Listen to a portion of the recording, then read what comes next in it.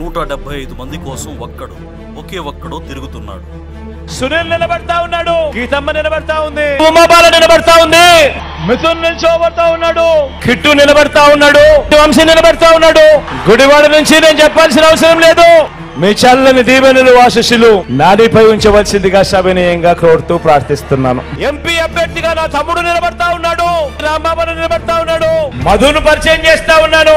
మన party MP అభ్యర్థిగా తాను నిల్చోబోతా ఉన్నాడు. ఒక్కడి కోసం 100 మందికి పైగా పిఠాపురంలో తిష్ట వేశారు.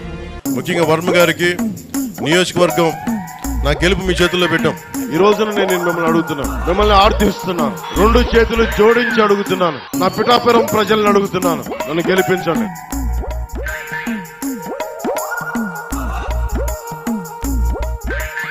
దీన్ని బట్టి అర్థం చేసుకోవచ్చు ఎవరి దమ్ము ఎంతో, ఎవరి కలేజా ఎంతో. ఒకవైపు ఎండలు దంచి కొడుతున్నాయి, మరోవైపు ఎన్నికల వేడి పీక్స్ లో ఉంది. అభ్యర్థుల్లో అలజడి రేగుతోంది. ప్రతి ఒక్కరూ ఫ్యాన్ కింద నిలబడుతున్నారు. ఈ ఎండలకు టీ తాగటం అంటే పెనం మీద నుంచి పొయ్యిలో పడటమే అంటున్నారు. దీనికి తోడు గాజు పగిలింది, 175 ముక్కలైంది. జనసేన పార్టీ గుర్తుగా ఉన్న గాజు గ్లాసును ఎన్నికల కమిషన్ ఫ్రీ సింబల్ చేసింది. ఈ దెబ్బకు గాజు పగిలింది. పవన్ చెప్పినట్లు గ్లాసు పగిలి చాలా పదునెక్కింది. కాకపోతే అది అటు తిరిగి ఇటు తిరిగి పవన్ కి గుచ్చుకుంటోంది. నెత్తురు కారుతున్న చెప్పలేని పరిస్థితి, పైగా మండే ఎండ, మండుతున్న నొప్పి ఎలా ఉంటుందో బయటకు చెప్పుకోలేరు. ఎన్నికల కమిషన్ను అడగలేరు. 21 స్థానాలతో పాటు మిగతా 154 నియోజకవర్గాల్లో కూడా గాజ్ గ్లాస్ సౌండ్ చేస్తోంది. ఒక్కో సెగ్మెంట్లో ఒక్కో ముక్క పవన్ గుండెను గిల్లుతోంది.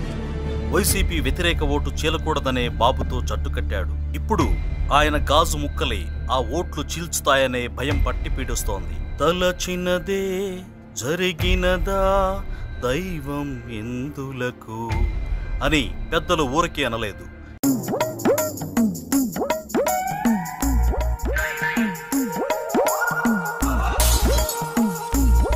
మంచి చేస్తున్న జగన్ను ఓడించాలని అధః పాతాళానికి తొక్కుతానని చెప్పాడు. ఇప్పుడు ఎవరు పాతాళానికి పడిపోయారో ఆయనే తెలుసుకోవాలి. అంతేనా? ఏ జగన్, నువ్వెంత, నీ బతుకెంత అని అరిచిక గోలు పెట్టాడు. నాకు మోడీ తెలుసు, అమిత్ షా తెలుసు, వాళ్ళ ఫోన్ నంబర్లు తెలుసు, నాకు కేంద్ర నిఘా వర్గాల సమాచారం ఉంది. ఒక్కటి గుర్తుపెట్టుకో, గ్లాసు పగిలే కొద్దీ పదునెక్కుతుంది. గాజు పగిలే కొద్దీ ఏమో పదునెక్కుతుంది. మన గ్లాసుని బద్దల కొట్టే కొద్దీ ఇంకా పదును తేలుతా ఉన్నాం మనం. ఇన్ని కబుర్లు చెప్పాడు. ఇప్పుడు చూస్తే చివరకు సేనాని గాజు గ్లాసును కాపాడుకోలేకపోయాడు. గాజు ముక్కలను ఏరుకోవాలంటే 175 నియోజకవర్గాలు తిరగాలి. పిఠాపురంలో ప్రచారానికి దిగిన 2 రోజులకే హీరో గారికి జ్వరం వచ్చింది. హెలికాప్టర్లో హైదరాబాద్ వచ్చి బజ్జున్నాడు.